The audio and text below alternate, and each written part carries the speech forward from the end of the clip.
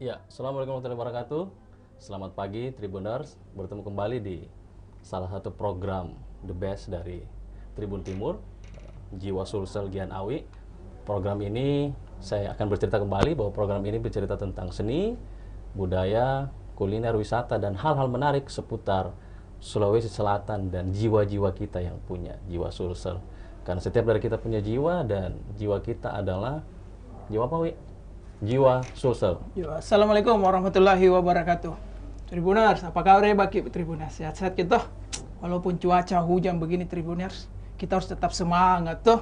Harus bangunlah pagi-pagi, kita menatap matahari walaupun matahari belum ada terbit karena hujan ki. Tapi kita harus tetap waspada dan juga tetap jaga kesehatan tak Tribuners. Tribuners, senang hari ini kita ketemu sama salah satu bintang tamu kita ya. Narasumber kita ya. Narasumber kita kali ini sedikit berbeda karena Tribuners mesti tahu kemarin kita yang kinclong-kinclong, ini juga tidak kalah kinclongnya, tapi ini berbeda Tribuners karena yang kemarin itu ladies. Kali ini kita perkenalkan narasumber kita, seorang tokoh. Kita akan berbincang banyak sebentar dengan beliau. Beliau adalah seorang tokoh yang banyak berperan terhadap bukan cuman wisata, tapi juga seni, budaya, dan banyak hal yang menarik tentang Sulawesi Selatan. Sebentar kita akan bincangkan. Sebelum kita kasih perkenalkan ini, kita punya narasumber. Kita ceritakan dulu siapa dia nih, baru sebentar kita perkenalkan. Ya, dia ini anak muda, masih muda sekali. Saya mau panggil nggak Kakanda, saya panggilkan. Ya, Wakanda. Tapi semangatnya untuk memajukan Sulawesi Selatan, pariwisata Sulawesi Selatan itu patut kita aplaus, patut kita kasih tepuk tangan itu Super. Ya kan, karena betul.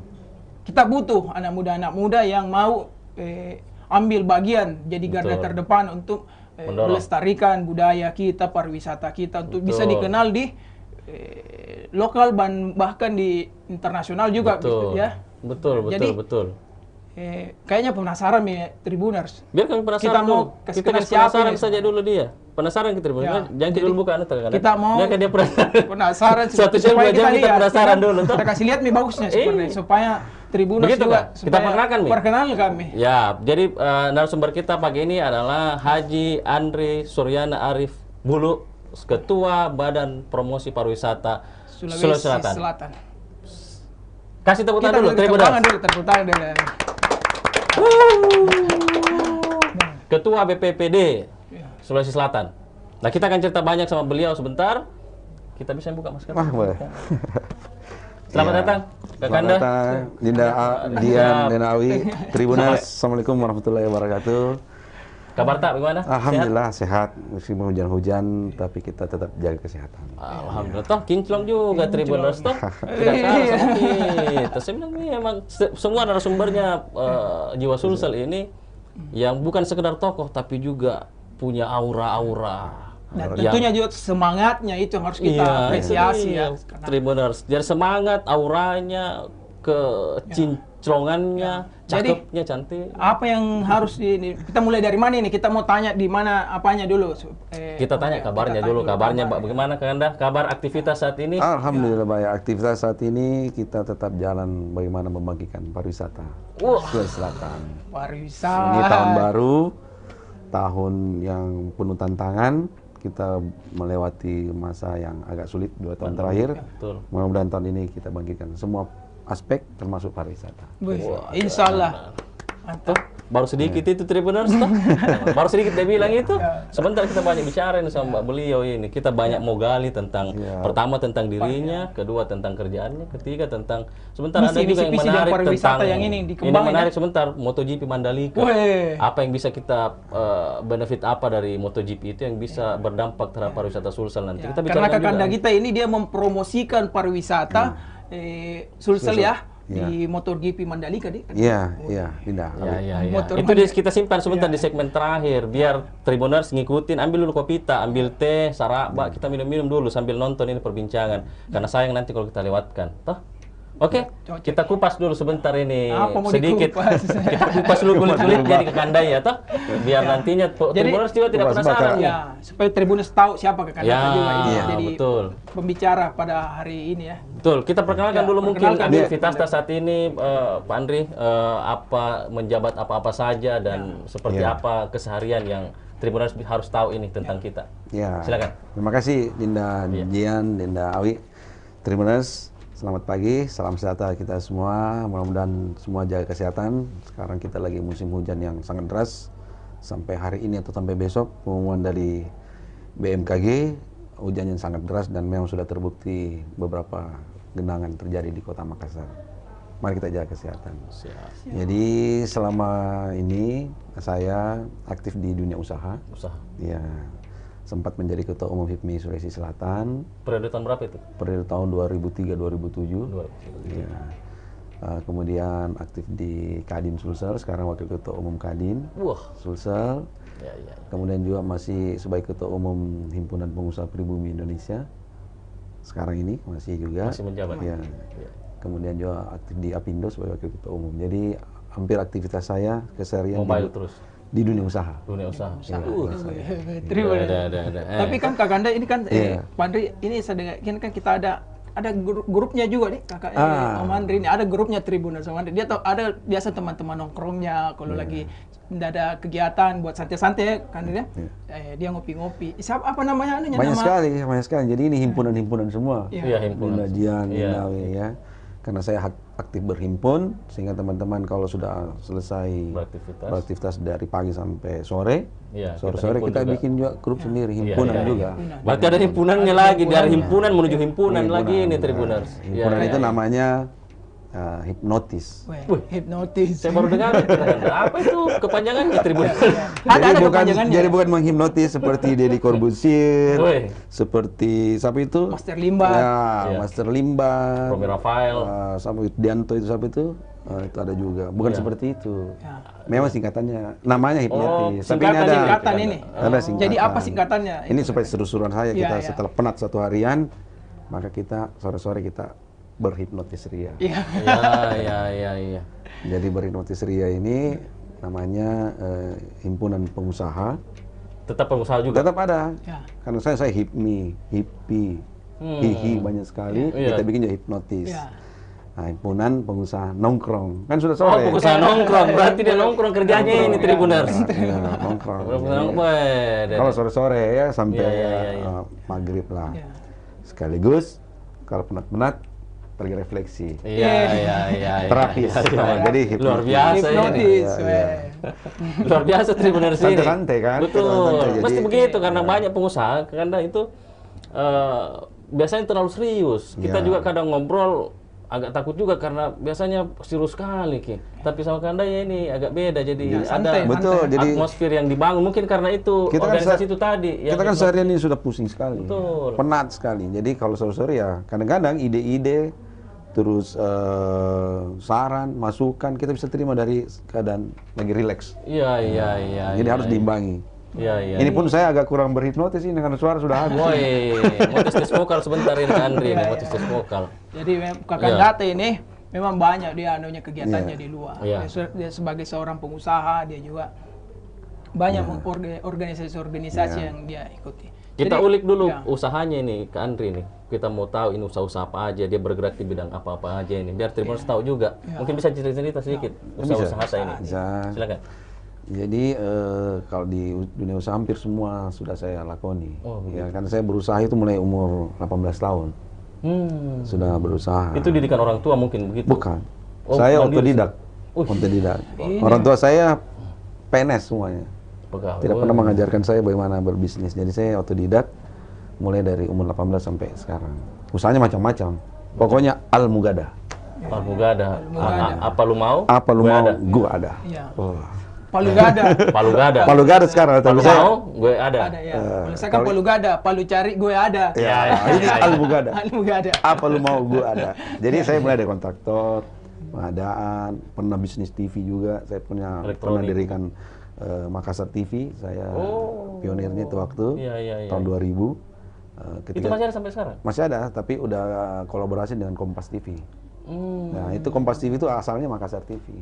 Oh, ya. Jadi kami adalah TV lokal pertama di Makassar, TV lokal pertama di Indonesia Timur. Betul. Kami satu angkatan dengan Bali TV, Jak TV, Go TV, itu satu angkatan kami. Wah, luar biasa nih Kak Andrin karena. Jadi mungkin teman-teman di Tribun banyak yang tahu itu. Jiwa pengusahanya itu, Iya, tidak salah lagi artinya dia beliau menjabat ketua BPPD karena memang sepak terjang beliau ini membangun kiprah Jadi usaha. sudah lama mempromosikan sesuatu. Iya, sudah lama dari umur 18 tahun itu menjadi pengusaha dan berkecimpung dengan bagaimana mempromosikan wisata-wisata kita, mungkin begitu. Iya. Kan ya? Karena kami kerjasama dengan hampir semua kabupaten kota sejak tahun 2000 itu untuk memperkenalkan di layar kaca. Inilah potensi Sulawesi Selatan. Tapi itu kita tidak sangka kan bahwa di kemudian hari, kira-kira 20 tahun kemudian, sekarang, saya akan betul-betul masuk di dunia pariwisata. Gitu. Berarti Kak Andri ini kecintaannya akan para Ini wisatanya di Sulawesi Selatan. 2022, saya Makassar TV tahun 2000, ya hampir 22 tahun kemudian. Betul. Akhirnya betul-betul saya masuk di... Iya, seingat saya memang saat itu memang Makassar TV. Ada Makassar TV, kami kantor di Sahid. Iya, betul. Jadi ada tower dulu di atasnya itu Makassar TV. Pertama kali. Ya. Jadi Tribuners ini pengusaha tulen, pengusaha yang bukan memang didikan orang tua, tapi pengusaha yang memang otodidak, terbentuk dari lingkungan dan alam, mungkin begitu. Jadi alam ya. Jadi bakat alam menjadi pengusaha yang akhirnya bisa dilihat sekarang hasilnya bahwa seorang Andri Arif Bulo ini menjadi pengusaha dan bukan cuma sekedar pengusaha, tapi banyak membangun Sulawesi Selatan lewat kiprah usaha, kiprah-kiprah yang lain, termasuk organisasi di BPPD dan apa. Itu swasta kan BPPD ya? Ini lembaga resmi pemerintah daerah. Pemerintah daerah. Tapi berafiliasi dengan swasta enggak?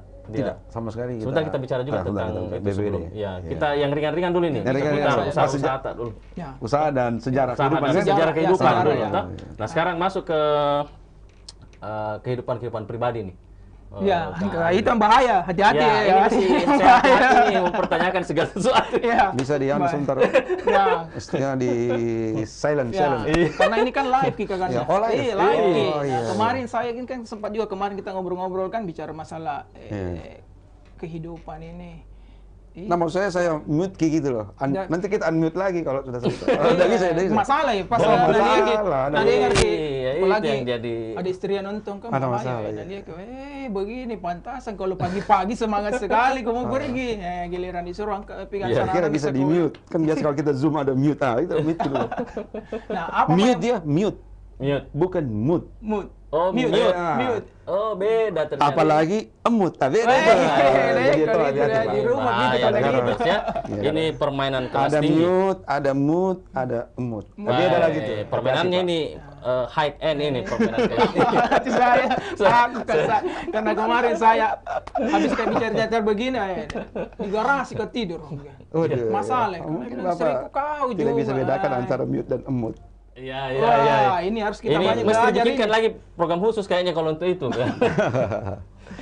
Ya baik, jadi kalau kehidupan pribadi ini sekarang sudah berapa anak? Saya sedikit tambahkan tadi, sempat juga saya di DPRD. Siap. 10 tahun, juga membinangi Komisi B. Saya pernah, Komisi B? Ya, saya pimpinan Komisi B itu waktu membinangi pariwisata juga. Pariwisata, betul. Ini 2 tahun. Jadi sempat jadi ketua Komisi B? Ya, sempat. Tahun berapa itu? Sempat saya wakil ketua DPRD, 2004 sampai 2014. 2004, 10 tahun? Ya, 10 tahun. Jadi membinangi pariwisata juga. Jadi semuanya tidak sengaja, tiba-tiba kita betul-betul ada di situ. Iya. Berarti Kak Andri ini bukan orang asing di dalam dunia pariwisata. Kebetulan kita nggak pernah nyangka kan. Iya. Saya jadi teringat sama buku itu James Maxwell kan di The Law of Attraction, hukum daya tarik, bahwa lingkungan akan menarik kita sesuai dengan apa yang kita lakukan kan. Jadi apa yang kejadian dari Kak Andri ini, hukum law of attraction itu terjadi, bahwa hukum daya tarik ini terjadi. Apa yang dikerjakan ini akhirnya menarik dia masuk ke apa lingkungannya yang sekarang itu. Dan itu memang sudah kejadian seperti itu, memang seperti itu, the law of attraction kan, James Maxwell. Jadi makin menarik ini perbincangan kita Tribuners karena sebentar akan banyak daging ini kita cerita, banyak isi. Ini bahaya, bukan isi vitamin perbincangan kan. Banyak juga daging dari ya, gelondongan. Tribuners jangan salah pilihan itu, kita Kalau minum di dulu. mute sebentar. Soalnya kalau daging ini lain-lain ceritanya sebentar. Iya. Nah, Iya. Jadi ketua pernah menjabat jadi ketua komisi dan wakil ketua DPRD Sulawesi Selatan, kemudian seorang pengusaha, kemudian saat ini ketua Badan Promosi Pariwisata Daerah Sulawesi Selatan dan banyak organisasi-organisasi lain. Saya pikir untuk menjadi seorang tokoh lengkap ini. nah, lengkap. Cocok. Tidak perlu lagi diragukan bahwa ya. beliau ini adalah seorang tokoh Sulawesi Selatan. Oh iya. Dan memang juga Jiwa Sulsel ini program yang menghadirkan tokoh-tokoh dan kita memang menghadirkan beliau ini dari serentetan banyak rintangan ini kita masuk sampai bisa menghadirkan beliau ini. Waduh. Luar biasa. Tapi saya belum menjadi tokoh. Oh, tapi kriteria sudah dapat masuk semua ini. iya. Jadi kriteria Mudah-mudahan. menjadi seorang tokoh itu kan sudah kena semua. Apa Masuk kiprahnya? semua lengkap nih semuanya. Lengkap. Kalau di istilahnya, kalau administrasinya lengkap ya. Surat-suratnya semua ada semua ya. Betul, lengkap sekali. Ya, jadi apa sekarang ini Om? Kita ini bagus Om. Kita tanya Kak Andri ini tentang ini yang Mandalika bagus. Dia Nanti promosikan. kita simpan itu perbincangan yang sebentar akan jadi itu saya bilang banyak dagingnya di situ kan, banyak isi yang akan kita kupas nanti di segmen-segmen terakhir itu kita simpan. Biar Tribuners tetap di situ dengan kopinya sama tehnya sambil minum kopi Apalagi kan. hujan-hujan begini ya. Hujan, nah, kita nonton kita ini walaupun ya banyak bicaranya hostnya tapi gagah Ji. Terus nggak apa-apa Ji. Kita tinggal di situ dulu. Nah, kiprahnya Kak Andri ini yang di Bulog sudah ada pengusaha ke DPRD, kemudian organisasi pemerintah. Nah, sekarang kita masuk tanya ini pribadi dulu. Oke. Andri ini. Bisa Ji? Bisa. Saya izin dulu. Ya. Boleh. Pakai bisik-bisik. Ya. Boleh. Berapa anaknya? Anak saya 2. 2. Cucu saya 2. Cucu juga 2. Wih. Ada cucunya nama saya Lihat mukanya ini kan, lebih tua saya kayaknya. Jadi sebelum mau saya langsung jawab saja. Cucu saya 2. Wah, Anak saya kalah jauh kita. Anak saya 2 dokter. Ya, satu spesialis objin, satu masih dokter umum. Cucu saya sudah SD kelas 4. Yang tua, yang kecil baru TK. Mamaknya anak tak ini? Ya? Mamaknya anak tak di kiprahnya.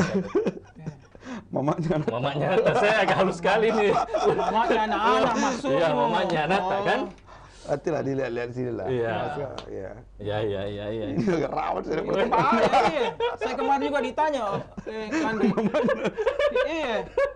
Saya kemarin juga jadi masalah waktu dia tanya, berapa anakmu? Saya bilang 3. Maksudnya dia tanya istri, 3 juga. Kok bisa 3? Iya, maksudku anaknya istriku 3, bukan istriku 3. Salah tangkap ke orang di rumah, istriku terpaksa tidur di garasi kok tidur.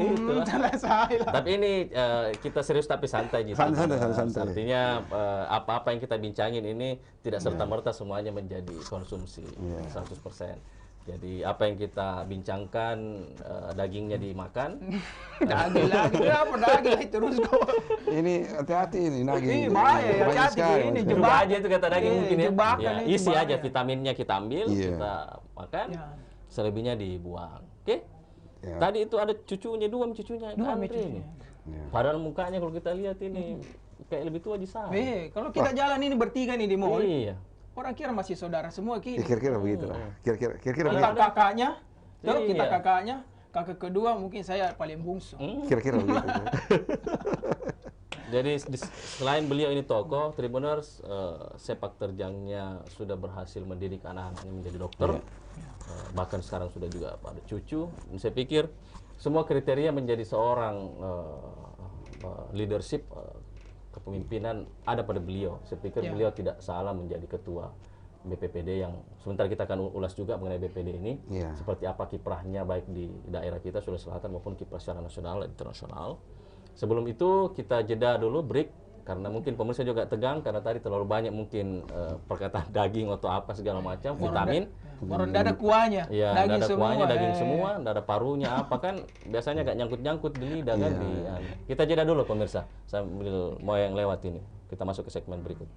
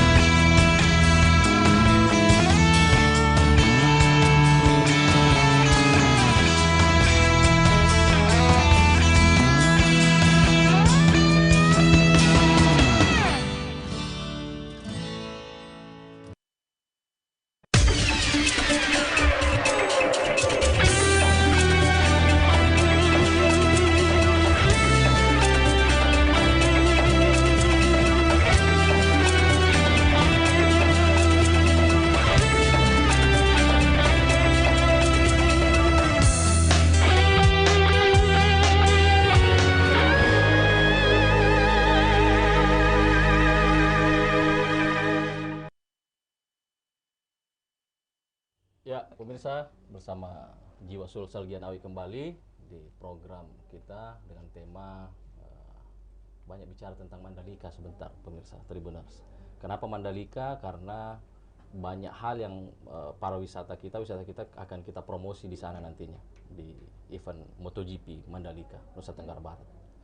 Masih bersama juga dengan narasumber kita yang sangat luar biasa. Tadi kita sudah cerita di segmen 1 tentang kiprah beliau di usaha, sebagai anggota dewan, juga di keluarga. Tapi mungkin ada yang baru menyimak acara kita ini. Jadi narasumber kita kali ini seorang tokoh Sulsel, Ketua Badan Promosi Pariwisata Daerah Sulawesi Selatan. Beliau adalah Haji Andri Suryana Arif Bulo. Kasih tepuk tangan dulu. Orangnya gagah, berwibawa, smart, wise, dan 11-12 lah sama. Gelarnya juga berentetan di belakangnya. Kalau disebut banyak sekali, koma, titik, apa segala macam. Banyak sekali. Langsung saja. Segmen 2 ini kita banyak cerita tentang pariwisata, Andri. Nah, kita tahu Sulawesi Selatan ini, Wi, punya banyak sekali objek wisata yang sangat-sangat menarik. Dan itu jualannya dalam tanda kutip, kalau menurut saya, menurut hemat saya, jualannya bukan lagi nasional tapi internasional. Karena keindahan alam kita itu masih alami sekali, masih orang bilang masih perawan gitu, masih natural sekali, masih belum terjamah. Beda kayak Bali kan, semua objek wisata Bali kita sudah tahu, di Lombok seperti apa. Tapi Sulawesi Selatan ini banyak sekali, kayak saya pernah ke Selayar, kan, Ri? Itu di Selayar banyak sekali objek-objek wisata yang pantainya itu masih cantik sekali. Tidak kalah dengan kota-kota lain yang kita pernah singgah. Nah, menurut hemat Kak Andri sebagai ketua walaupun pribadi ini, ketua BPPD, sebenarnya pariwisata, objek wisata kita ini seperti apa dan mau kemana ini, Kak Andri? Silakan. Iya, jadi Sulawesi Selatan ini sangat memiliki potensi yang sangat luar biasa, ya. Kita punya wisata di atas, katakan istilah saya dari udara. Kita punya wisata daratan. Kita punya wisata lautan. Ya. Jadi saya ibaratkan misalnya dari utara ke selatan, timur dan barat, Sulawesi Selatan sangat komplit, ya. Betul-betul komplit, dia punya potensi wisata. Kalau di udara misalnya, istilah saya saja, tapi bukan di udara betulan, tapi di ketinggian misalnya kita punya Tanah Toraja.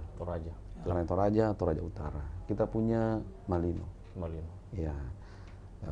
Kemudian di darat banyak sekali. Luar biasa banyak. Yang paling menonjol di darat itu sekarang adalah Geopark Marus Pangkep. Geopark. Ya, Geopark Marus Pangkep. Geopark Marus Pangkep ini terbentang seluas 220 hektar.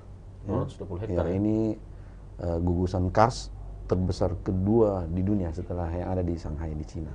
Iya. Dan saat ini lagi proses menjadi UNESCO Global Geopark.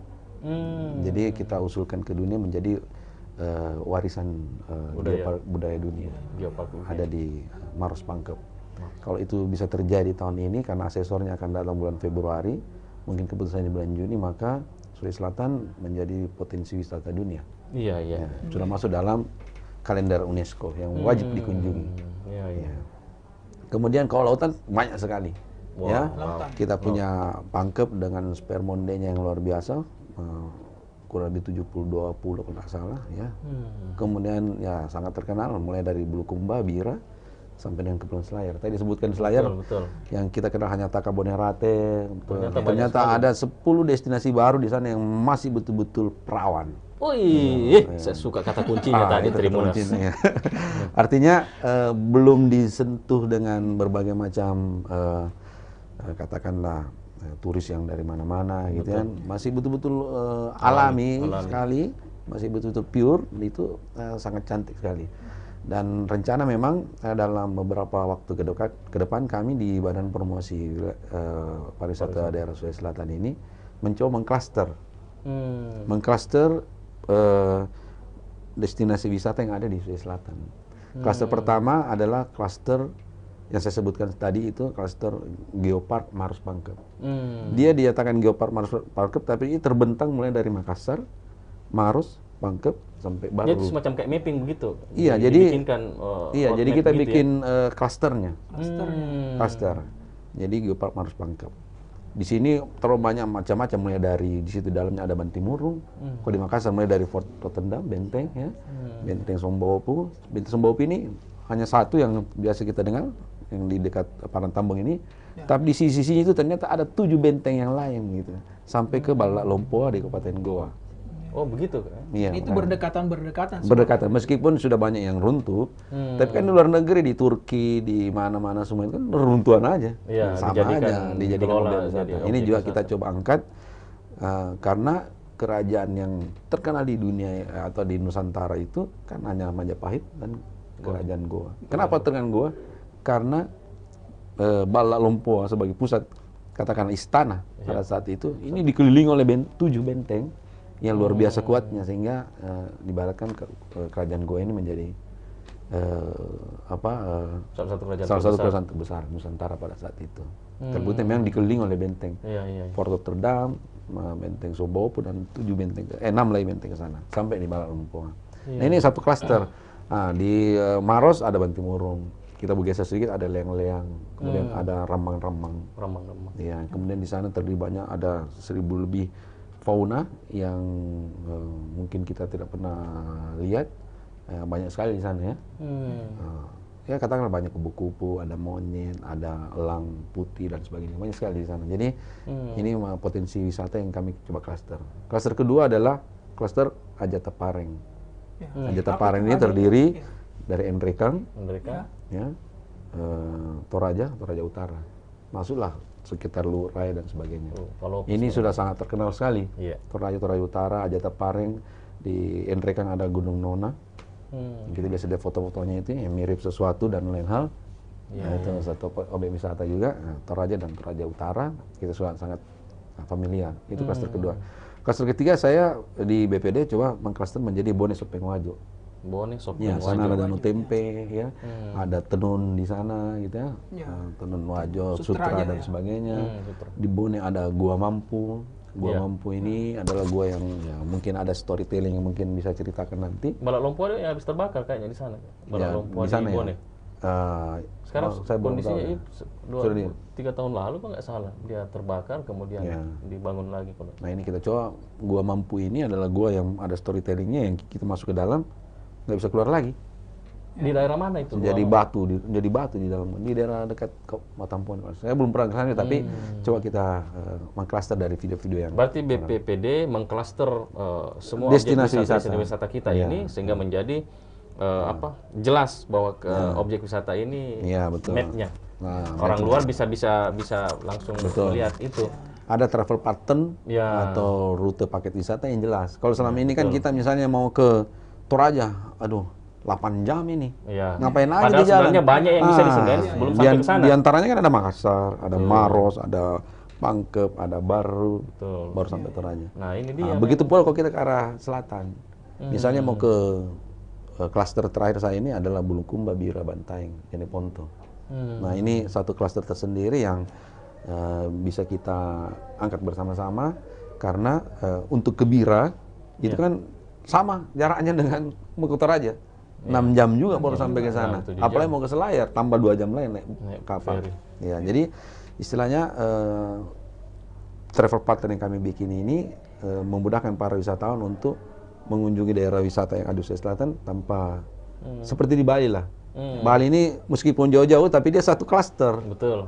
Kesini udah ada, kesini ada, kesini. Sudah jadi jelas tujuan perjalanan. Itu coba kita bikin travel pattern. Kendalanya memang karena jarak yang terlalu jauh, maka kendala utama adalah transportasi. Transportasi. Nah, kami di BPPD mengakali itu. Meminta mudah-mudahan di backup oleh pemerintah provinsi, kami nanti menyiapkan shuttle bus untuk mengunjungi semua klaster wisata yang ada itu. Dan satu lagi, waktu tempuh dan waktu berwisata. Nggak boleh lama. Misalnya kita mau ke Toraja 3-4 hari baru selesai. Ini nggak perlu lama karena bagaimanapun juga karena jaraknya jauh, perlu waktu yang lama, kita akali. Nah, jadi ada shuttle bus yang mengantar ke tempat itu dan langsung ke tujuan wisatanya sehingga tidak terlalu mutar-mutar. Kita coba sekarang lagi nyusun waktu kemarin di Tourism Outlook 2022 tanggal 31 Desember kita meminta teman-teman di PHRI, ASITA, ITLA, ini organisasi industri pariwisata semua untuk menyusun travel pattern-nya yang jelas sehingga kita bisa jualan di nasional maupun di dan mesti bersinergi sama ini semua ya, organisasi karena kalau tidak satu kesatuan tidak seirama biasanya jadi repot juga nantinya, jadi makin harus seirama dulu harus seirama. Dua aspek yang menjadi concern pemerintah dalam pemulihan ekonomi. Iya. Pertama investasi. Kedua pariwisata. Wah. Jadi nggak ada yang pasca pandemi. Nggak ada yang lain, itu cuma dua. Jadi investasi coba digalakkan dengan mengadakan expo di Dubai, di mana lagi Stockholm itu waktu itu untuk investasi dan pariwisata. Itu hanya dipamerkan di luar negeri. Karena inilah salah satu sumber devisa bagi negara yang paling cepat untuk pemulihan ekonomi. Cepat putaran ekonomi. Karena kan kalau pariwisata juga kan ini kadang-kadang artinya warga setempat di sana kan otomatis terangkat juga sektor perekonomiannya kan. Ya BPWD juga tidak bicara pariwisata seperti tadi bukan itu. Di masyarakat ini selain kita mengunjungi, kita coba bangkitkan juga UMKM-nya dalam bentuk ekonomi kreatifnya. Berarti tugas BPPD kalau dijabarkan ini Kak tidak semata-mata mesti di wisata doang, maksudnya dia ekonomi dan lain sebagainya juga. Tapi apa tugas pokoknya ini BPPD? Biar Tribuners tahu ini. Tugas pokok sesuai dengan undang-undang adalah menjadi koordinator pariwisata daerah. Itu dia Tribuners, itu poinnya. Jadi kami mengkoordinasikan seluruh objek, destinasi, pelaku wisata yang ada di daerah. Termasuk pelaku? Termasuk pelaku usaha. Termasuk yang dilakukan Dinda Jian, Dindawi, ini ekonomi kreatif ini. Ini bagian daripada kami coba kembangkan ekonomi transformasi digital seperti ini menjadi salah satu sarana mengangkat citra pariwisata. Jadi kita bangkit semua teman-teman yang aktif di medsos, aktif di dunia digital, kita rangkul semua. Jadi kita sama-sama. Tribuners. Karena memang karena memang untuk mempromosikan satu wilayah itu memang dibutuhkan teknologi juga kan? Sangat dibutuhkan. Kita tidak bisa menjangkau dunia ini dalam sekejap tanpa teknologi yang ada sekarang. Mau ke Jerman sulit sekali. Perlu urus visa, vaksin, karantina 14 hari memang. Tapi kalau kita bersama teman-teman di digital media seperti ini hari ini terupload, orang Jerman bisa nonton ini. Sekarang. Ini live kita nih ribuan juga yang nonton ini. Jadi inilah salah satu. Yang kedua, yang ketiga, selain menggandeng UKM dan Ekraf, kita coba membangkitkan lagi wisata rumahan, homestay yang ada. Homestay. Karena syarat destinasi wisata itu ada 3. Destinasinya bagus, penginapannya atau homestay-nya bagus. Yang ketiga kulinernya bagus.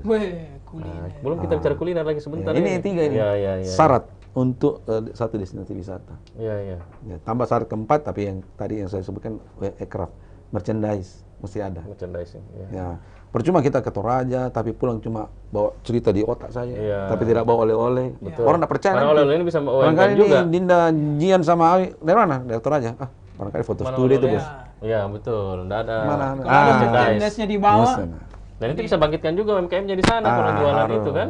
Di samping membangkitkan UMKM-nya juga kan istri juga senang kalau kita bawa ke itu poinnya juga, poin utamanya juga itu kan. Nanti tidak dipercaya kan. Kita keluar dari mana ini? Dari mana? Saya dari Bali. Mana oleh-olehnya? Kalau ada cindera matanya kan. Bawa oleh-oleh. Rumah tongkonan dari Bali. Bisa agresi militer lagi di rumah kan. Agak repot lagi. Jadi kan ekonomi juga masyarakat di sana lagi terangkat lagi karena mereka sekarang perang enggak di darat, perang udara sekarang. Perang udara sekarang. Itu dia yang jadi repot juga kita kan. Di WA ada berhenti. 100 halaman itu baku. Yang menarik Tribuners perbincangan kita sama Kang Anda Arif Pulo. Arif Pulo ini apa? Bapak saya itu Pak Jian. Oh siap, Kak Andri Arif Pulo. Kak Andri. Kalau Arif Bulo itu Arif Bulo, 4 suku kata ya. Saya. Andri, Suryana, Arif Bulo, bokap, Pak Ceta. Siap. Berarti Kak Andri ini luar biasa. Karena tidak banyak orang yang bangga melekatkan itu, dan beliau ini bangga dengan saya pikir dengan itu, dan menjadi besar juga dengan nama itu saya pikir. Ya. AAB, Andri, AAB. Itu kan jadi singkatan yang menarik waktu jadi masa anggota dewan itu ya, Kak Andri. Nah, tadi ada pernyataan menarik ini, Kak Andri, seputar wisata kita ini. Sepengetahuan saya, Kerajaan Goa itu adalah salah satu kerajaan terbesar Nusantara. Dan itu tidak banyak orang yang paham. Maksudnya dia hanya sekedar tahu tapi tidak paham kebesarannya. Sehingga biasanya orang-orang Goa sendiri itu biasanya agak minder ketika dia bilang, orang dari mana? Orang saya ya dari Goa ya. Mereka agak minder, padahal kalau menurut hemat saya, ketika dia berasal dari Goa dan orang asli Goa, maka dia harusnya orang paling bangga di Sulawesi Selatan. Karena dia orang yang tinggal di pusat kerajaan terbesar saat itu. Nah, ini pemahaman ini yang belum sampai ke masyarakat, ke apalagi milenial kita kan, Ri. Banyak yang tidak paham kebesaran kerajaan Goa itu. Nah, seperti apa kira-kira peran BPPD ini mengangkat kebesaran kayak kerajaan-kerajaan kita ini?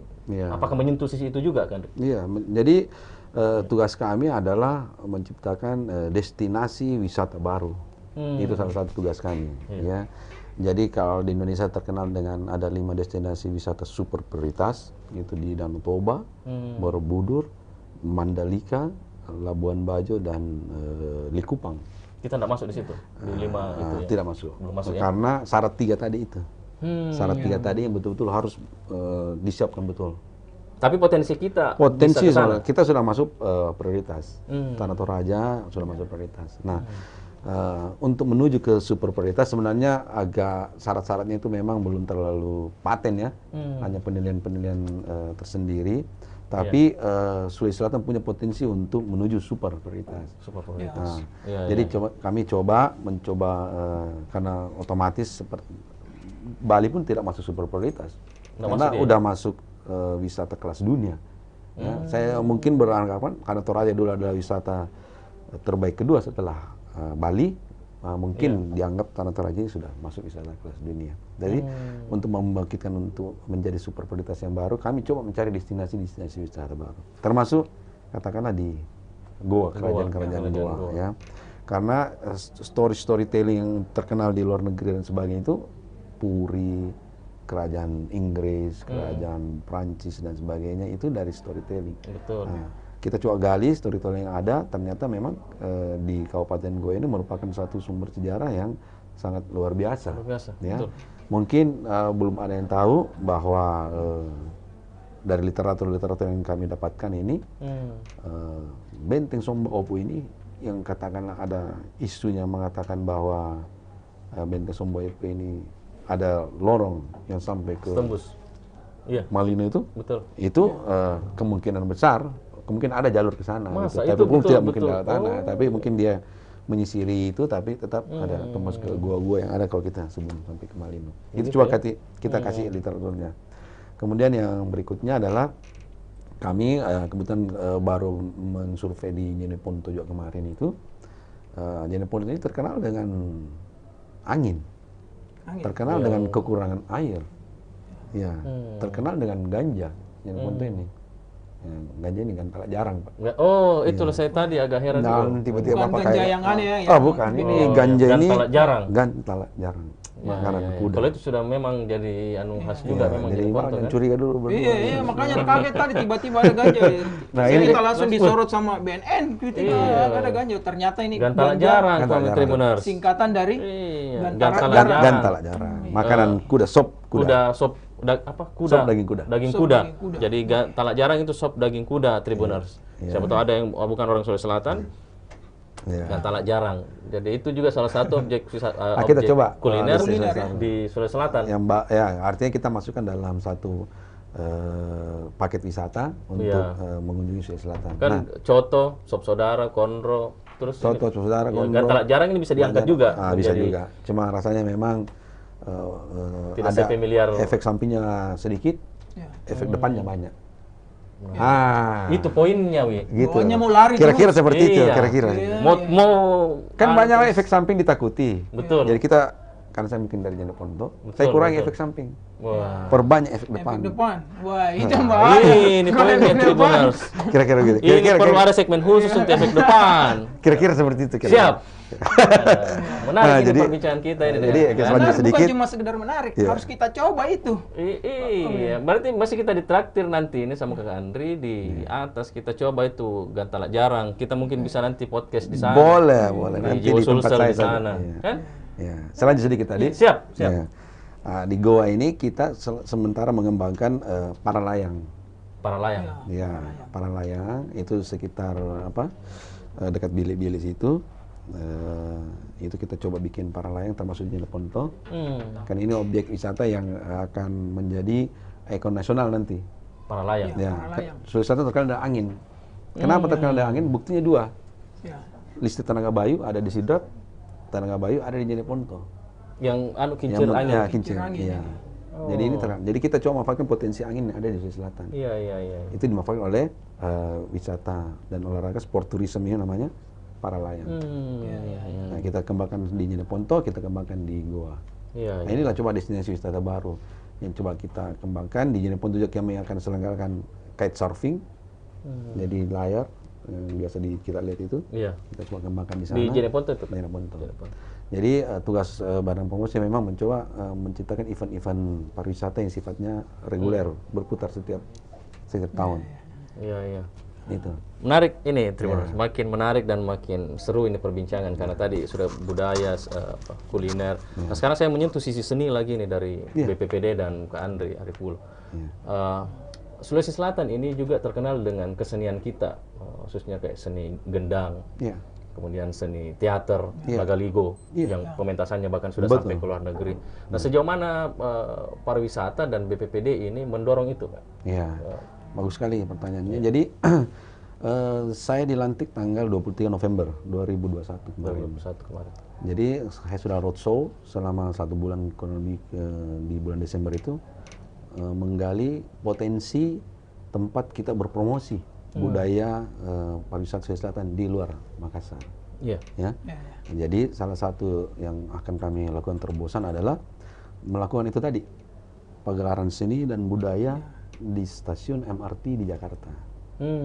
Jadi di shelter-shelternya yang ada, katakanlah di stasiun di bawah Bundaran HI dan ujungnya di Lebak Bulus, itu kita ada namanya Sulawesi Selatan Tourism Promotion Week di sana. Mingguan, selama 1 bulan.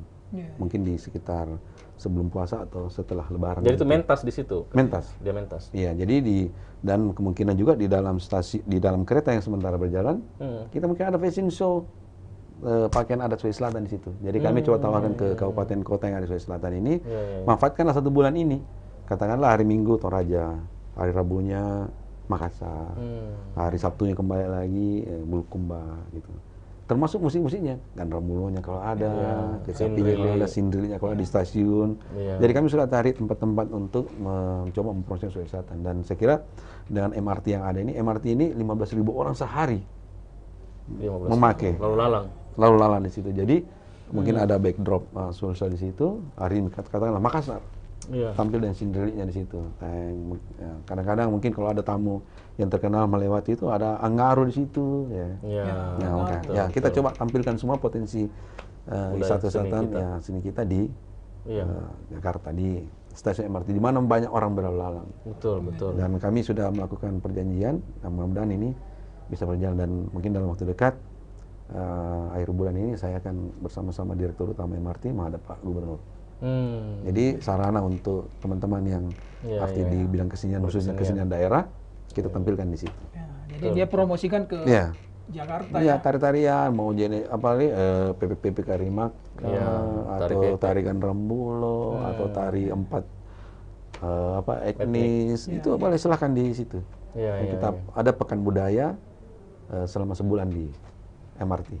Nah, saya pikir itu bisa jadi solusi karena selama ini kan, saya melihat kesenian kebudayaan kita bukan tidak kalah secara kualitas sama dengan semua daerah-daerah lain, cuman memang tidak ada semacam kerja nyata membuat program itu, Kak. Sehingga itu bisa ditampilkan, dipentaskan dalam tempat-tempat tertentu.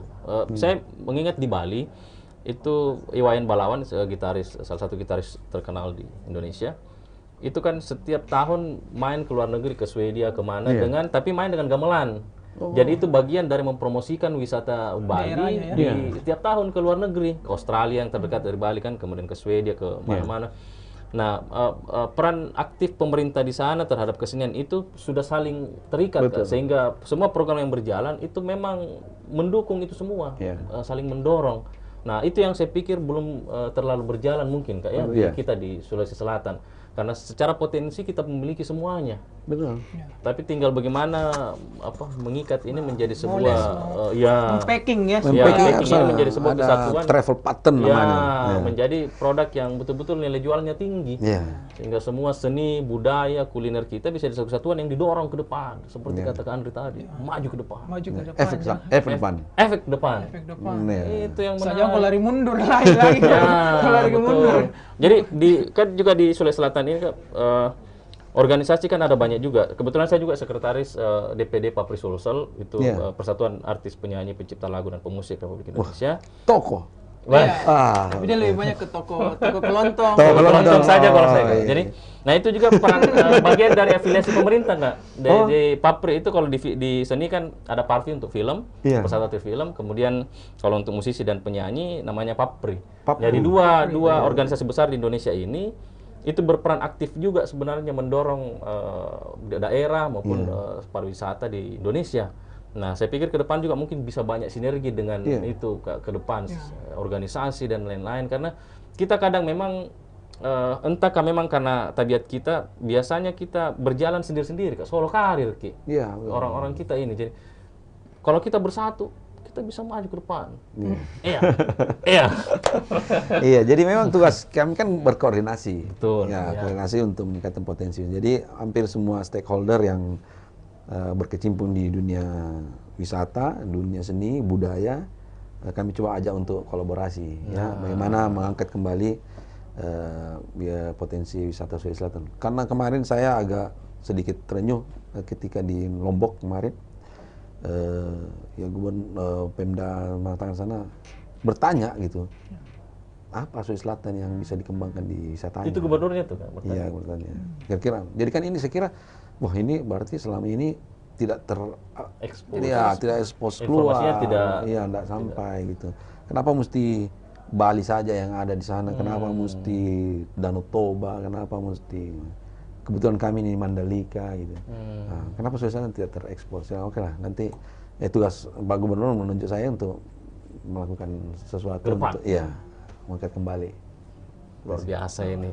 Potensi Sulawesi Selatan. Mandalika kita simpan di segmen 3, Wi. Karena ini perbincangan akan banyak vitaminnya juga nanti di Mandalika ini. Kayak tadi ini segmen 2 ini banyak sekali vitamin ini. Vitamin yang bergizi buat asupan wisata kita. Nah, saya sebelum kita tutup segmen 2 ini, kalau di BPD ada duta wisata. Duta-duta yang lain, duta-duta apa yang ada? Jadi kebetulan. Duta kesenian ada? Ada. Duta kuliner? Yang tidak ada. Duta bahasa Inggris ada. Bahasa Inggris? Ada. Bisa diceritakan dulu tentang duta-duta ini? Jadi tugasnya? Maksudnya yang sudah ada sekarang, duta-duta apa aja? Kami ini tidak bisa bekerja sendiri. Betul. Jadi kami coba menghimpun teman-teman yang bergerak di bidang kepariwisataan, khususnya bidang promosi. Karena duta ini sifatnya yang pertama adalah mempromosikan budaya memang, Putri Indonesia, terus duta wisata kuliner, duta bahasa Inggris dan sebagainya. Tugasnya adalah mempromosikan. Jadi kami coba sudah berkoordinasi dengan pemerintah provinsi. Setiap ada tamu yang datang di Sulawesi Selatan, setiap ada tokoh atau pemimpin yang datang di Selatan, harus didampingi oleh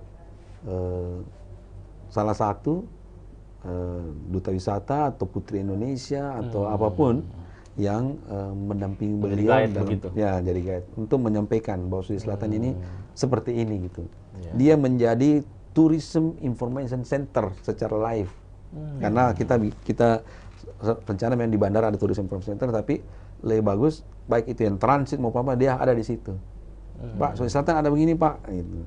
Nah tentu dengan penampilan yang bagus ya, kita manfaatkan semua adik-adik yang berkecimpung di situ. Kebetulan juga duta wisata asal Sulawesi Selatan itu terpilih sebagai duta wisata nasional kemarin di Bali tahun 2021. Ini yang siapa? Andi Suci namanya ya. Yang prianya Imran itu juara kedua. Jadi coba kita manfaatkan potensinya untuk memperoleh. Saya beberapa kali menghadiri semacam memberikan pengarahan pada saat pemilihan itu, saya sampaikan cuma satu, kuasai seluruh potensi yang ada di selatan. Jangan diam aja gitu, kuasai. A sampai Z harus dikuasai, jangan sampai tidak. Itu. Ya, kalau orang bertanya, anggaplah dia tanya, pangkep, dia harus kuasai apa? Harus. Objek Jadi saya bilang, pangkep. meskipun ada dari Sidrap, ada dari Boni, ada dari Goa, pemenangnya nanti harus kuasai semua. Karena Anda sudah berdiri mewakili Sulawesi Selatan. Itu masa 1 tahun ya kalau duta ya? 1 tahun. Satu tahun. Menguasai semua informasi-informasinya ya kakak yang ada di daerah-daerah kabupaten. Knowledge seputar daerah. Harus. Itu syarat utama. Kuliner. Syarat utama. Nah, rencana memang mudah-mudahan di 2022 ini kita akan mencoba membawa mereka untuk berpromosi di Jakarta. Jadi jangan di sini saja, kita coba setiap agenda Pemprov, agenda apapun harus dilibatkan. Ya biar bagaimanapun ini pariwisata harus.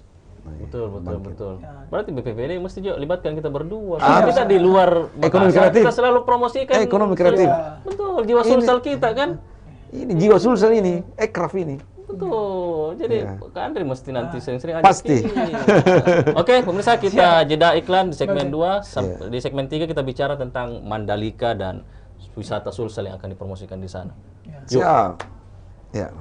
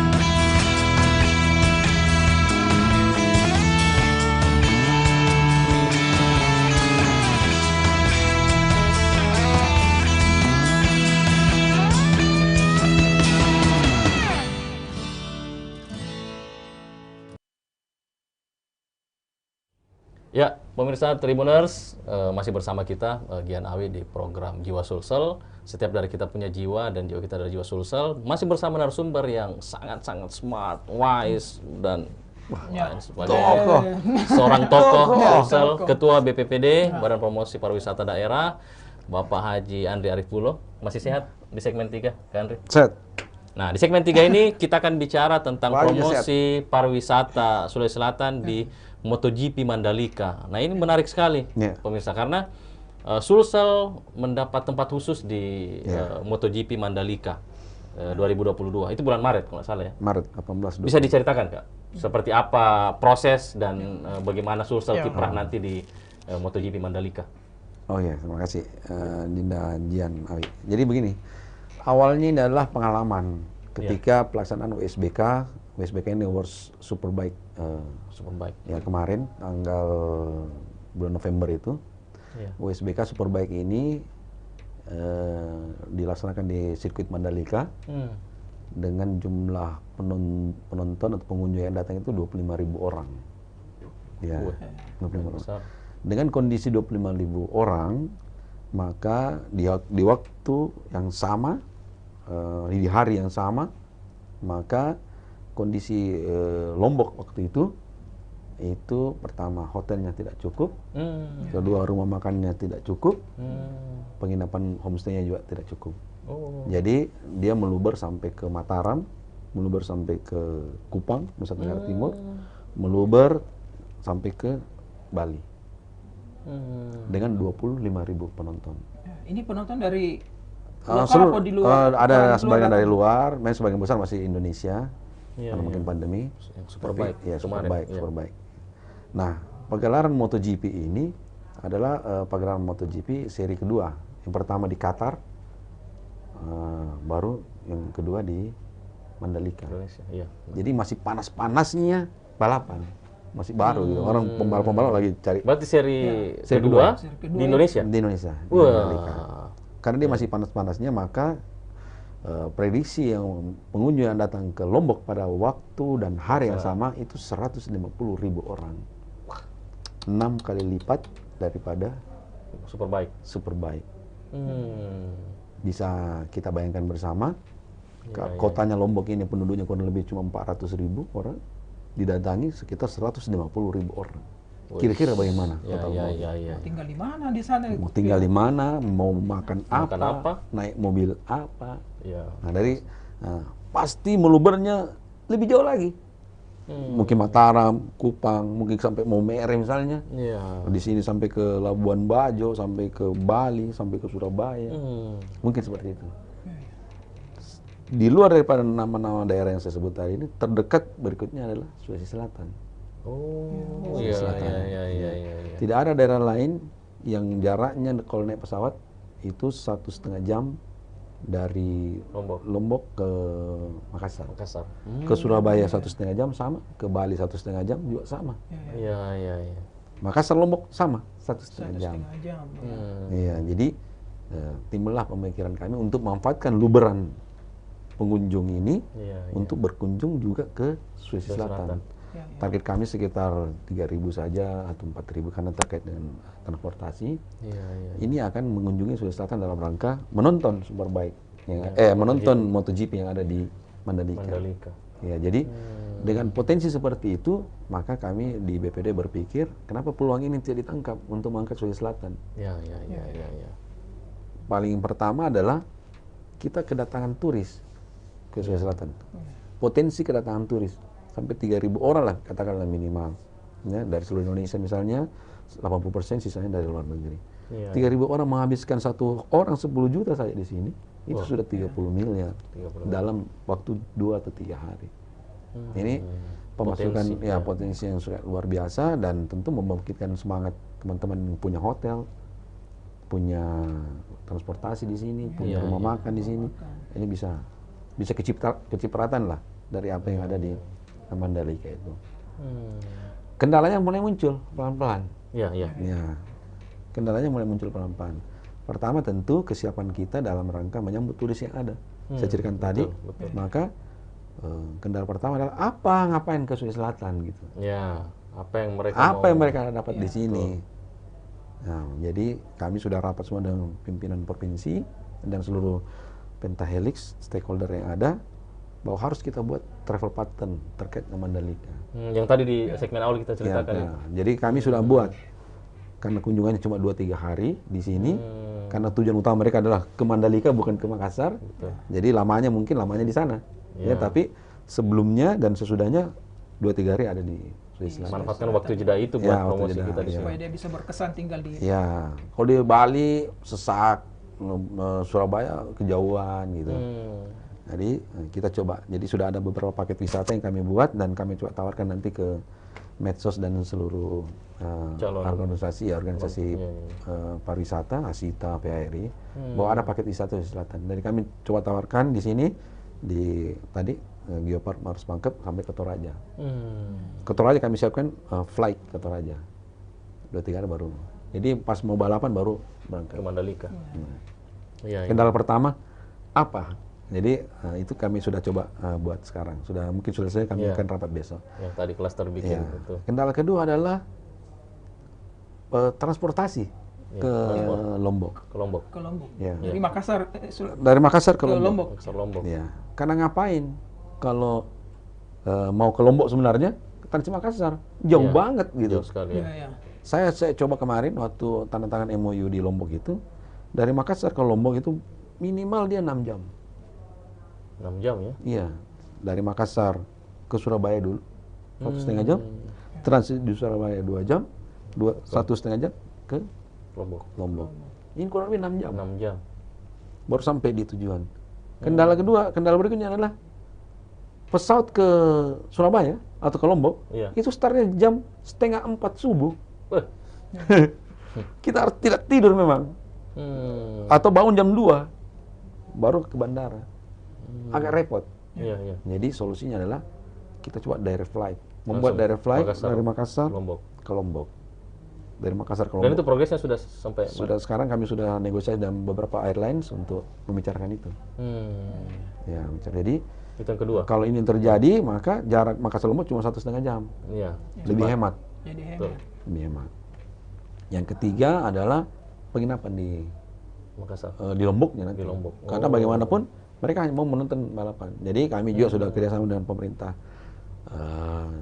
daerah Lombok, Nusa Tenggara Barat, dengan pengelola Mandalika ITDC.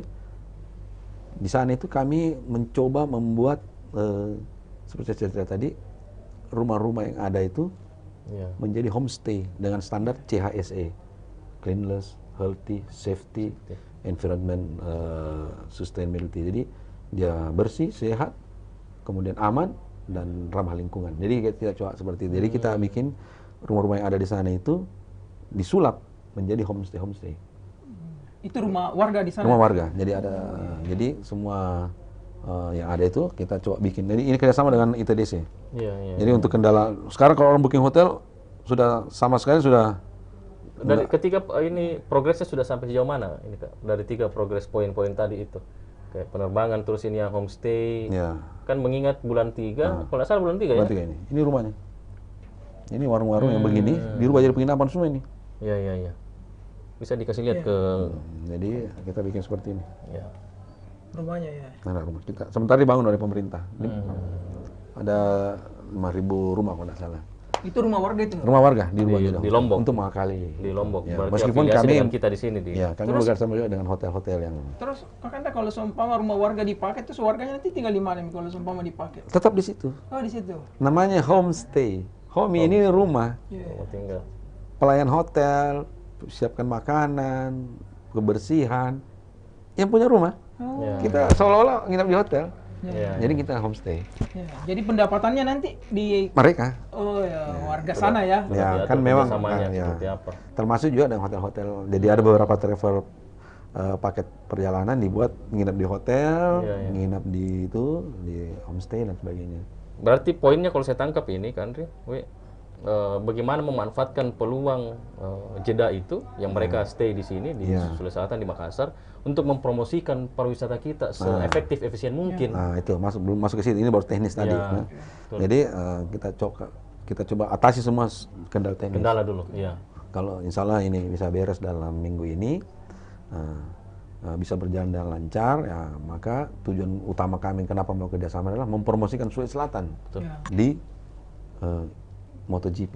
Kenapa saya memilih MotoGP untuk karena ini adalah agenda pertama tahun 2022 ini yang sifatnya internasional, dekat dari Sulawesi Selatan, dan punya potensi kerjasama yang saling menguntungkan. Kebetulan Kemenparekraf ada di situ. Kami punya hubungan baik dengan Kementerian Parekraf, dengan ITDC, dengan Nusa Tenggara Barat. Gubernur Nusa Tenggara Barat itu orang Bone, Pak. Oh, orang asli sini? Iya. Pak Zulkifli Mansa ini, waktu kita bertemu, dia buka silsilahnya.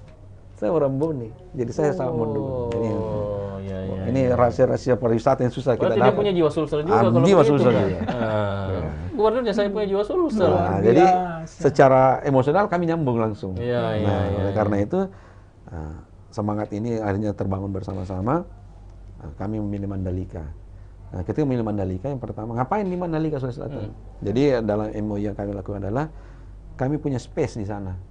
Kami punya space di semua all venue MotoGP yang ada di Mandalika. Baik itu berupa banner, mau berupa booth, mau berupa brosur-brosur dan sebagainya. Kami dibuka tempat.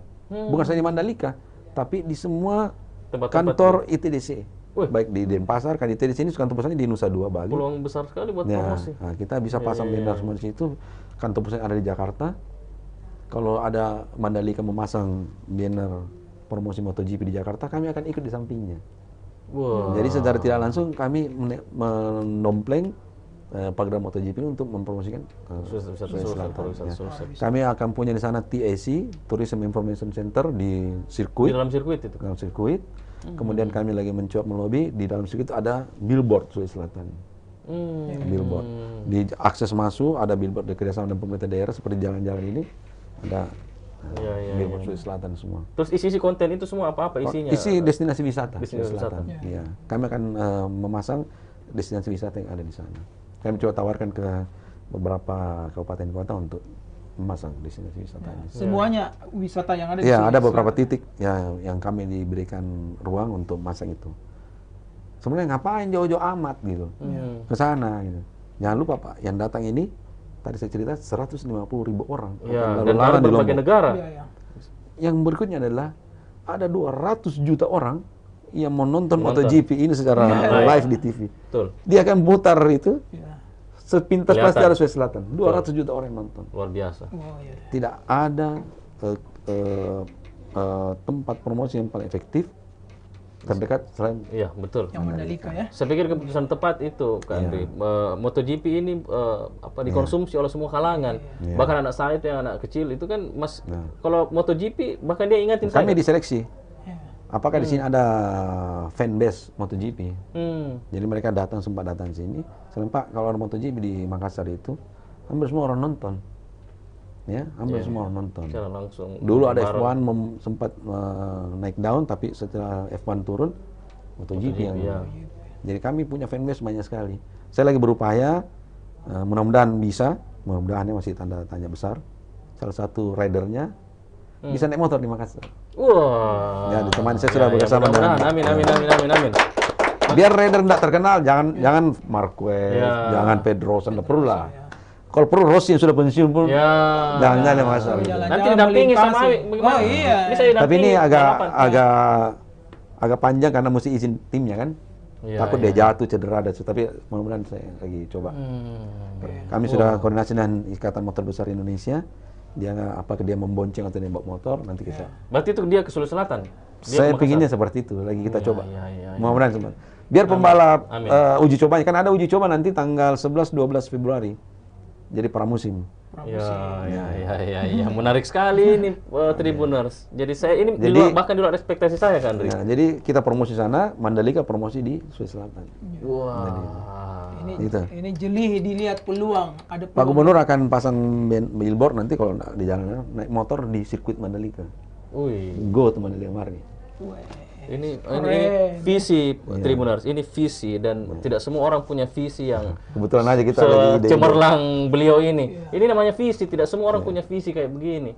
Dan ini saya pikir patut buat kita support bersama, dorong bersama program-program yang akan kita laksanakan di Mandalika ini kan, karena itu seperti Pak Andre bilang tadi bahwa ini ajang yang sangat sayang kalau dilewatkan. Ratusan juta orang menonton ini. Di Mandalika kan pinggir laut. Jadi teluknya juga kami manfaatkan untuk promosi pulau-pulau kecil yang Sulawesi Selatan. Cuaca di sana bagaimana kalau cuaca? Ya mirip-mirip Makassar. Beda-beda tipis. Beda-beda tipis Makassar. Wah, menarik sekali ini. Dari lautnya kita nanti mungkin ada pinisi di sana. Ada pameran potensi kelautan di sisi Mandalika itu. Kita tidak kirim pembalap ke sana juga kan untuk ikut? Rencana, tapi dilarang masuk. Ada. Nggak apa-apa kalau memang butuh. Bisa. Kasih makan jangan dulu. Boleh masuk di squid, jangan injak rem. Ngeri itu pemirsa. Sebelum kita ke sana, hajar dulu itu tadi yang Gantara jaran dulu. Ya, biar maju ke depan. Biar nggak pakai rem. Tapi sirkuitnya luar biasa. Luar biasa ya? Cantik. Bisa diceritakan sedikit mengenai kondisi lapangan, sirkuit, infrastruktur di dalam? Jadi sirkuit ini, berapa ya hitungannya? 20, 18. Jadi, tapi yang menarik adalah kami dapat alokasi tiket di beberapa grandstand. Grandstand ini kayak tribun. Yang kami booking itu grandstand A, C, H, I, J, K. Jadi DF saya lewati karena DF itu katakanlah ini garis start. Ini rute perjalanannya yang saya booking itu tikungan pertama A. Yang tempat start itu. Ya. C tikungan kedua. Ini kan biasa kalau balap kencang biasa jatuh orang kan. Itu kan adegan-adegan yang ya gimmick-gimmick lapangan. Apalagi sirkuit yang perlu menarik sekali. Sama di HIJK. HIJK ini di tikungan terakhir sampai K. Inilah kadang-kadang itu Rossi kan menempel sampai lagi 2 tikungan baru melambung. Ya kan? Nah, jadi saya booking di HIJK. Dan ini sudah bisa dipesan dari sekarang kalau mau pesan. Bisa itu menghubungi siapa? Kami ada PSI nanti saya share. PSI untuk tiketnya untuk membooking. Ada di sini ada deluxe class. Di garis start memang. Tapi garis start ini kita lewat memang dia terdiri dari para tokoh-tokoh di situ ya. Wah. Cuma saya bagus duduk dulu, siapa tahu kita kebagian. Cuma ada persoalannya. Oh begitu? Balapannya kan pembalap lewat cuma 2 detik. Nyong. Iya, yang laju kencang. Anginnya aja dia kena. Tapi di situ toko semua. Toko. Mesti kita jadi toko dulu. Kan toko kelontong jangan apa-apa kan? Tapi adegan drama dan sebagainya itu di tikungan pertama dan tikungan terakhir. Ya karena podium yang juara kan di situ kan, terakhir kan. Ya itu. Tapi harganya kami dapat sedikit special price dari ITDC, jadi mungkin nanti di share lah. Iya. Special price, agak sedikit lebih murah. Jadi paket yang kami bikin pun paket lebih murah daripada yang ada beredar itu. Kalau sampai belasan juta kami tidak sampai belasan juta.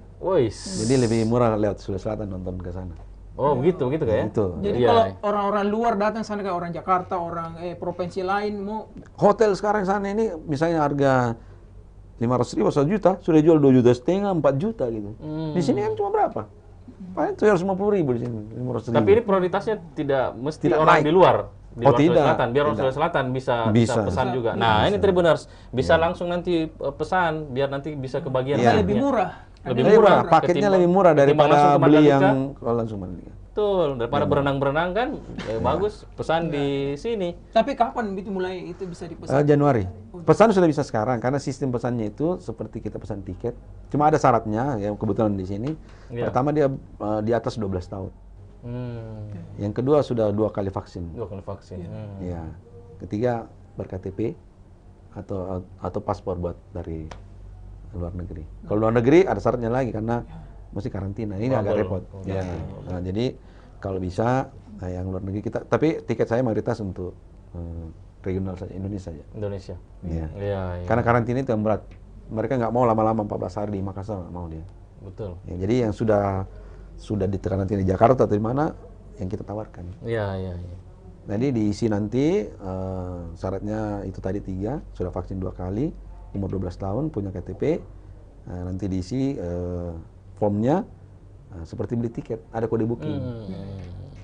kode booking ini kalau ada email masing-masing di print saja atau nanti diperlihatkan pada saat ini kode bookingnya. Kayak tiket pesawat. Iya. Iya. Jadi Nanti kita paperless. Bisa pakai, kalau di print boleh, tapi kita upayakan di handphone aja. Iya. Nah, jadi lebih mudah. Lebih mudah. Jadi kamu masuk di scan. Apa seat yang paling bergengsi Kak itu? Di ada Premier Class. Premier Class. Premier Class ini 15 juta. Siap-siap kina krunya Jiwa Sulsel nah. Siap-siap kita persiapkan diri tanah. 15 juta. Iya. Kemudian ada yang Deluxe Class 10 juta. Wah. Ya, Deluxe Class. Kemudian yang ada kelas festival. Festival ini berada di garis start sebelahnya. Kalau kita tribun di sini yang mahal banget, yang festival di sebelahnya. Tidak pakai kursi, tidak pakai. Bukan di sebelahnya lautan lagi, Kak? Ya, ada juga. Itu lain kelas. Karena sambil berenang baru dia. Tapi di sebelah ini fasilitasnya lengkap.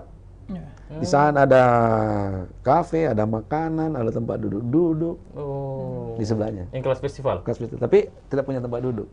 Tapi ada undakan-undakan untuk duduk. Kayak itu kisaran berapa kalau festival itu? Kalau dia penyisian sekitar 300.000, kalau di Grand Final 500.000. Murah ya? Iya. Iya. Paketnya kita jual 500.000 untuk 2 kali. Kan free practice hari Jumat, penyisian untuk nomor start. Tes itu hari Sabtu, kemudian ambil final hari Minggu. Posisi. Kita jual hari Sabtu Minggu saja. Saturday. Berarti pada saat penentuan posisi ya sama. Iya. Pada saat balapan resminya. Iya. Jadi ya terus yang grandstand itu sekitar antar 1,5 juta sampai 1,750 juta. 2 hari. Iya. Jadi mau ke sana. Harus suruh siap-siap Pak Produser, Pak Manajer, semua kru-kru Jiwa Sulsel siap-siap. Yang primer tadi kita siap-siap bisa aja. Kalau bisa pemanasan memang mikirnya lari-lari memang mikir. Tidak, pemirsa Tribuners, ini tidak ada habisnya karena ini perbincangan yang bersama Kak Andri ini sangat menarik dan akan panjang sekali segmennya kalau kita akan lanjutkan. Berhubung juga waktu kita terbatas Kak di program ini di Jiwa Sulsel, sehingga mau tidak mau, suka tidak suka kita mesti gencatan senjata dulu. Ya. Karena kondisi nanti kita di udara saja nanti kita di udara lagi. Di WA. Awi, masih ada yang mau ditanyakan sama Kak Andri sebelum sudah kita? Lengkap sekali, lengkap sekali sama Kak Andri itu masalah pariwisata juga kan di sana sudah keren, pokoknya keren sekali kayaknya kita harus ke sana memang. Betul. Jadi intinya adalah wisata kita akan terpromo dengan baik di situ di acara Mandalika MotoGP itu insyaallah. Dan yang kedua adalah potensi wisata kita yang perbincangan kita tadi ini tidak kalah dengan wisata-wisata yang lain dan itu terus harus kita genjot untuk terus mempromosikan baik itu nasional maupun internasional. Baik, terima kasih banyak Kak Andri Arifulo sudah hadir di program Jiwa Sulsel. Terima kasih untuk semua wejangan-wejangan yang diberikan. Terima kasih untuk success story yang diceritakan. Terima kasih untuk Mandalika, seputar Mandalika tadi. Ini bermanfaat sekali buat semua Tribuners Jiwa-Jiwa Sulsel yang ada di seluruh penjuru dunia, di luar angkasa dan di luar dunia. Bermanfaat sekali. Terima kasih banyak Kak Andri. Terima kasih Tribuners Jiwa Sulsel. Sukses selalu buat kita. Pesan-pesan terakhir dulu Kak Andri. Terima kasih banyak Ninda Jian, Ninda Awi, seluruh Tribuners Jiwa Sulsel yang hadir di ruangan ini maupun yang menonton di rumah mau di mana-mana pun. Kami dari Badan Promosi Pariwisata Daerah Sulawesi Selatan mengharapkan dukungan kita semua dalam rangka turut serta memperkenalkan destinasi-destinasi wisata yang ada di Sulawesi Selatan sehingga kita bisa menjadi destinasi wisata kelas dunia dan bisa terkenal sehingga bagaimanapun juga efeknya nanti adalah perekonomian kita bisa naik, kemudian bisa menciptakan lapangan kerja baru dengan melibatkan seluruh stakeholder yang ada di Sulawesi Selatan, baik dari pemerintah daerah, para pelaku ekonomi kreatifnya, para pelaku digital transformasinya, kemudian para pelaku wisatanya. Mari kita bahu-membahu bersama-sama memperkenalkan Sulawesi Selatan di Indonesia dan khususnya pada saat pagelaran-pagelaran. Ada satu tambahan sedikit lagi sebelum selesai, kami juga akan mencoba melakukan kerjasama dengan Formula E yang akan di Jakarta. Jadi kita coba. Nah, jadi event-event internasional yang ada di Indonesia ini kami coba manfaatkan semaksimal mungkin untuk memperkenalkan destinasi wisata di Sulawesi Selatan. Wih, mantap. Wah, kita tepuk tangan dulu. Ewako Tribuners. ini. Ewako. Baik, Oke. sekian program Jiwa Sulsel episode 3 ini bersama narasumber yang sangat luar biasa, Bapak Andri Arif Bulo. Sangat bermanfaat. Kita akan bertemu lagi di segmen berikutnya. Setiap dari kita memiliki jiwa, dan jiwa kita adalah jiwa apa, Andri? Jiwa Sulsel.